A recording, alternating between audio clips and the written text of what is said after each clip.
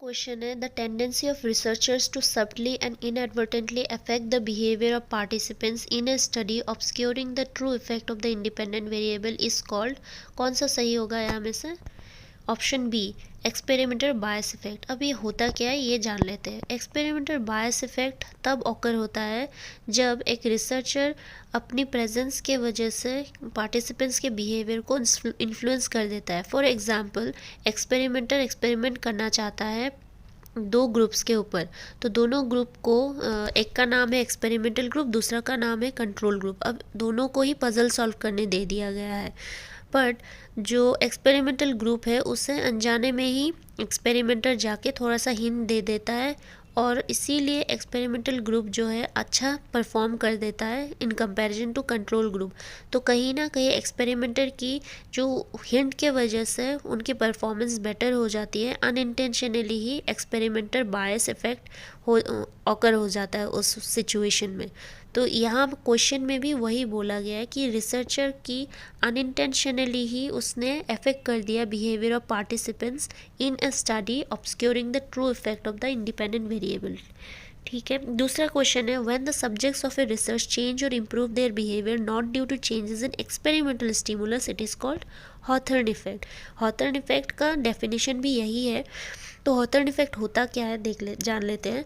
हॉथर्न effect तब occur होता है जब पार्टिसिपेंट को पता है कि कोई उसे ऑब्जर्व कर रहा है और उसी वजह से जब उसके बिहेवियर में चेंजेस आ जाता है और वो अपने ओरिजिनल बिहेवियर को शो नहीं करता है, इन दैट केस हॉथर्न इफेक्ट होता है। ठीक है।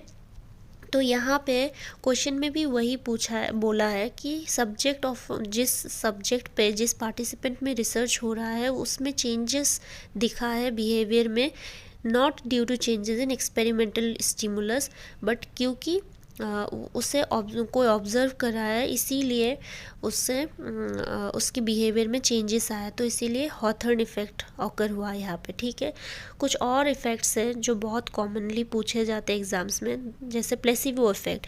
प्लेसिबो इफ़ेक्ट वो इफ़ेक्ट है जब पार्टिसिपेंट्स अपने थिंकिंग के बेसिस में अपने बिहेवियर में चेंजेस और इम्प्रूवमेंट लाता है, ना कि ट्रीटमेंट के बेसिस में। इसका सबसे अच्छा एग्जाम्पल है दो ग्रुप्स है, एक ट्रीटमेंट ग्रुप है एक कंट्रोल ग्रुप है। अब जो एक्सपेरिमेंटर है रिसर्चर है वो पेन किलर की मेडिसिन को की इम्पैक्ट को टेस्ट करना चाहता है।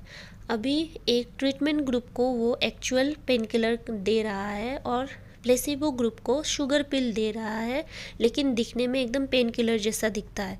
अब दोनों ही ग्रुप को ये नहीं पता कि किसको असली दवा मिल रही है और किसको फेक दवा मिल रही है, उनसे ये बात छुपाई गई।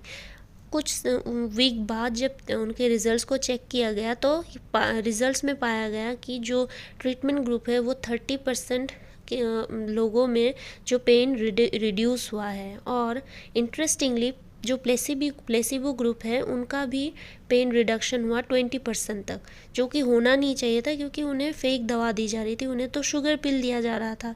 लेकिन उन्हें लगा कि उन्हें भी पेन किलर मिल रहा है, तो वो थिंकिंग के बिलीफ के ऊपर ही उनकी जो हेल्थ में इम्प्रूवमेंट आया रादर देन ट्रीटमेंट के ऊपर।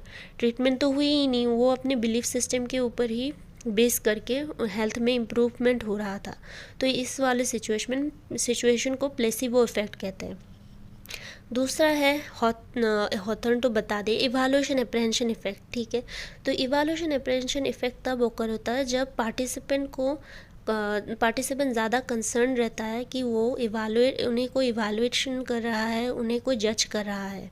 जैसे फॉर एग्ज़ाम्पल एक क्लास में बच्चों को ऊपर सर्वे किया जा रहा है कि उन्हें क्वेश्चनियर दे दिया गया जिसमें ये क्वेश्चन पूछा गया है कि आप लोगों को लगता है कि चीटिंग करना एक्सेप्टेबल है।